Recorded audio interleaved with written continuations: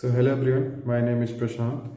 सो आज के वीडियो में हम डिस्कस करने वाले हैं कि रिएक्ट क्या है, रिएक्ट का यूज़ क्या होता है और and how we can make our React component, और हम उसे अपने ऐप में या वेबसाइट में कैसे इस्तेमाल कर सकते हैं। सो रिएक्ट के बारे में हमें पढ़ने के लिए सबसे पहले क्या होता है कि रिएक्ट किसके थ्रू मैनेज होता है। तो रिएक्ट एक जावास्क्रिप्ट लाइब्रेरी है जो फेसबुक मैनेज करता है और फेसबुक की टीम मैनेज करती है।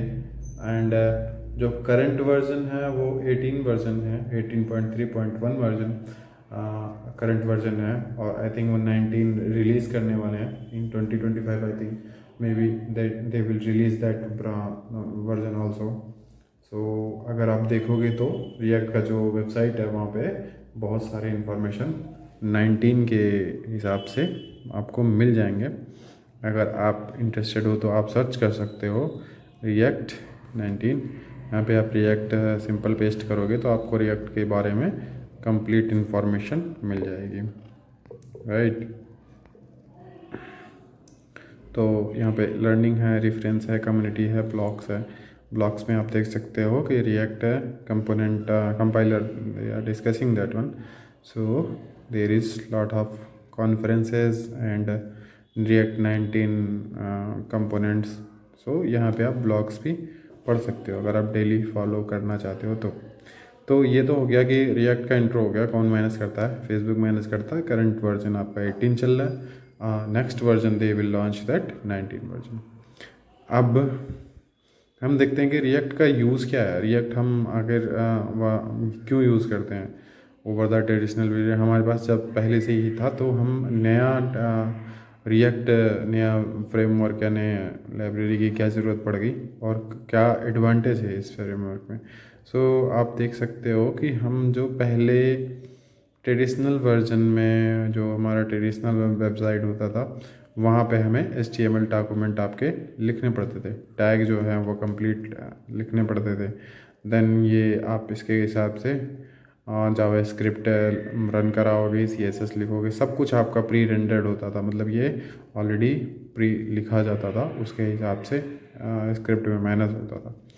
अब जावा रिएक्ट में क्या है, रिएक्ट में जो है वर्चुअल डोम पे काम करता है। रिएक्ट की फर्स्ट पॉइंट जो है, जो प्रॉपर्टी है, एडवांटेज है, you can say advantage, that is this is working, this will work on that virtual DOM. Virtual DOM क्या होता है कि डोम रियली में वहाँ प्री रेंडर्ड नहीं होगा। जो आपका ट्री है ना, ये ट्री, यहाँ पे आपका डोम प्री रेंडर्ड नहीं होगा।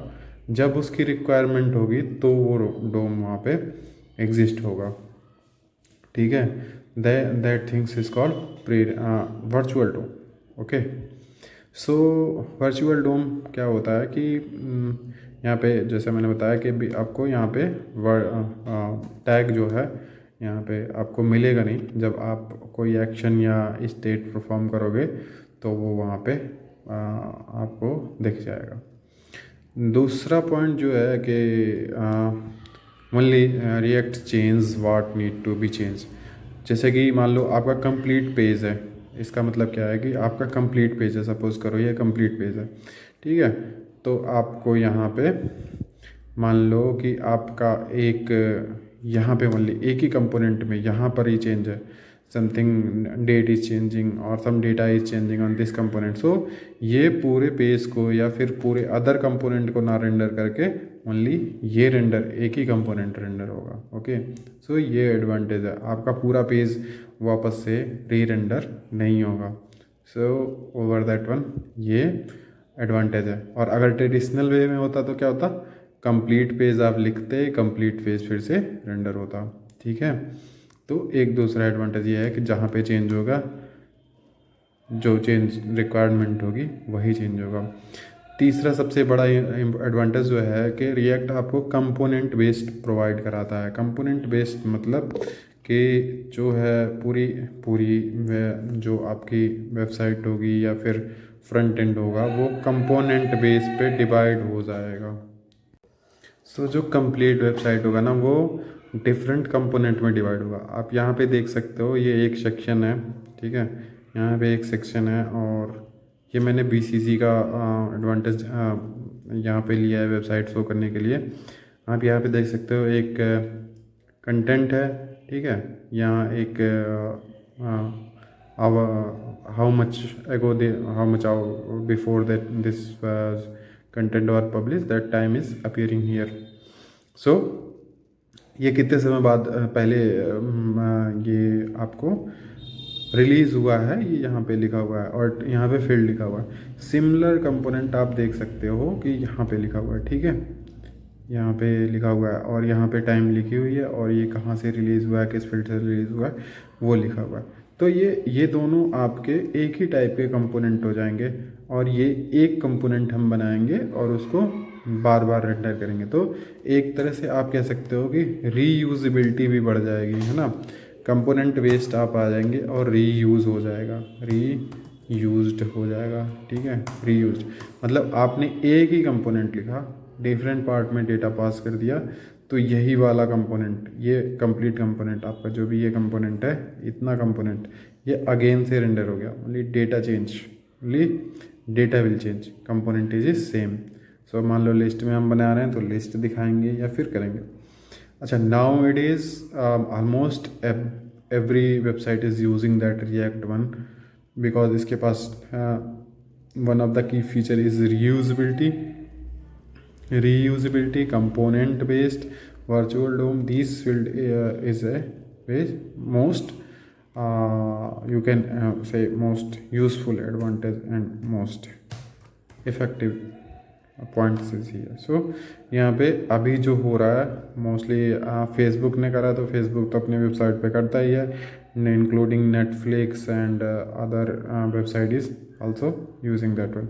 अब आप यहाँ पे देख सकते हो कि जैसे भी ये देखो सेम कंटेंट है ना, तो हमें यहाँ पे 2 बार या 3 बार ये कोड लिखने की ज़रूरत नहीं है। ये लाइन देख सकते हो आप, जो भी था, let me back go there, let me go back on that one page। so आप ये देख सकते हो, देखो सेम काइंड के कंपोनेंट है ना, ये वाले, एक लिस्ट ये है, एक लिस्ट ये है, एक लिस्ट ये है, ठीक है। तो यहाँ पे आपको बार बार कंपोनेंट लिखने की ज़रूरत नहीं पड़ेगी, एक कंपोनेंट बना लोगे और उसको रीयूज़ कर लोगे, ठीक है। तो ये हमारे 3 पॉइंट हो गए, जो हमने अभी 3 पॉइंट देखा कि वर्चुअल डोम पे काम करता है और वही अपडेट करेगा जहाँ रिक्वायरमेंट होगी, और एक कंपोनेंट वेस्ट होगा कि आप वेबसाइट को या फिर अपने फ्रंट एंड को डिफरेंट कंपोनेंट में डिवाइड कर सकते हो, छोटे छोटे पार्ट्स कंपोनेंट बना सकते हो जो डिफरेंट में डिवाइड हो जाएंगे, ठीक है। लेट्स सी कि वर्चुअल डोम होता क्या है। तो वर्चुअल डोम के लिए मैंने एक यहाँ पे एक प्रोग्राम लिख रखा है, मैं आपको वो शो कराता हूँ, इसका प्रीव्यू कर देते हैं, ठीक है। तो वर्चुअल डोम कैसे देख सकते हैं, वर्चुअल डोम देखने के लिए मेरे पास एक एग्जांपल मैंने लिख रखा है ऑलरेडी, मैं इसे पेस्ट करता हूँ, ठीक है। ये मैंने ऑनलाइन एडिटर ले रखा है, जब हम लोकल सेटअप करेंगे तो मैं आपको VS कोड और सारी चीज़ें दिखा दूंगा, हाउ यू कैन सेटअप। सो आप यहाँ पे देख सकते हो कि हेलो वर्ड और सोमी आ रहा है, ठीक है। लेट्स सी इसका डोम स्ट्रक्चर क्या होता है। डोम स्ट्रक्चर क्या होते हैं, document object model. Document object model में यहाँ कॉर्नर में आप देख सकते हो HTML है, हेड है, बॉडी है, ठीक है। और बॉडी में रूट है, रूट में ऐप है, ऐप के अंदर आप देखो 2 ही टैग हैं, ठीक है, hello React and button to show me. जबकि हमने, अगर हम अपना प्रोग्राम देखें तो हमने जो यहाँ पे रिएक्ट के लिए लिखा है, हमारा एक कंटेंट ऑन आना चाहिए, hello I am here, okay, ये पैराग्राफ आना चाहिए वहाँ पे। तो ये पैराग्राफ क्यों नहीं आ रहा है, ये पैराग्राफ इसलिए नहीं आ रहा है क्योंकि हमने इसे स्टेट बेस पे लगाया। जब ये वैल्यू चेंज होगी स्टेट की, यूज स्टेट क्या होता है, ये हुक होता है, ये हम आगे डिस्कस करेंगे, पर मैं अभी आपको वर्चुअल डोम दिखाता हूँ कैसे काम करता है, ठीक है।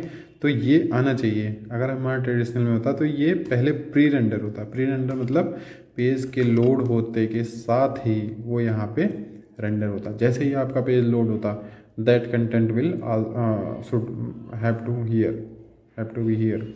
But now it is not here. So इस केस में ऐसा क्या है कि क्यों यहाँ पे नहीं है, क्योंकि हमने उसे स्टेट बेस पे लगाया। जब हमारा स्टेट चेंज होगा, जब एक एक्शन परफॉर्म होगा, तब वो यहाँ पे आएगा। मतलब वो डॉक्यूमेंट ऑब्जेक्ट मॉडल, वो टैग यहाँ पे अपीयर होगा। ठीक है, let me trigger that one.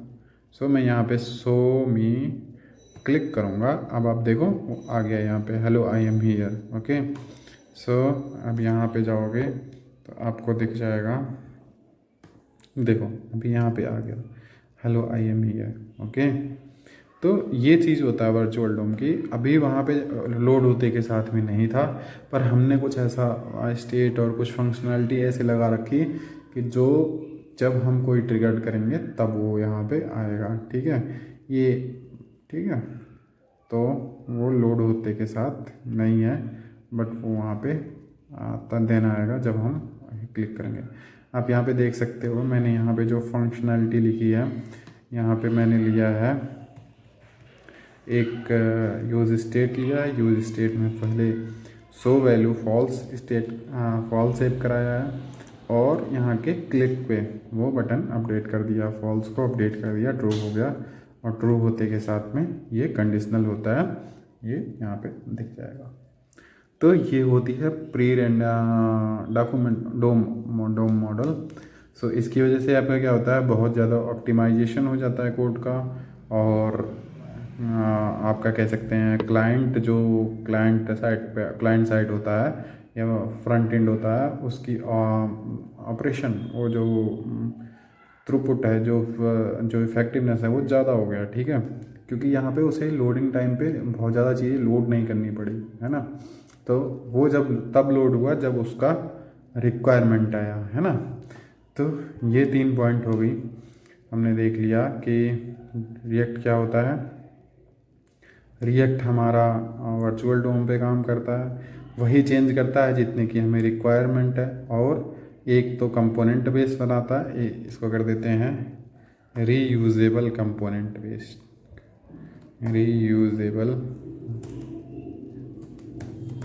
Reusable component base मतलब वो कंपोनेंट बनाता है जो रीयूज़ हो सकते हैं, मतलब बार बार आप रीयूज़ कर सकते हो। ठीक है, यहाँ पे आपने मॉडिफाई करा, है ना, एक ही कंपोनेंट बनाया, उसको बार बार यूज़ कर रहे हो, डिफरेंट प्लेसेस पे यूज़ कर रहे हो, तो रीयूजेबल कंपोनेंट बेस्ड बनता है।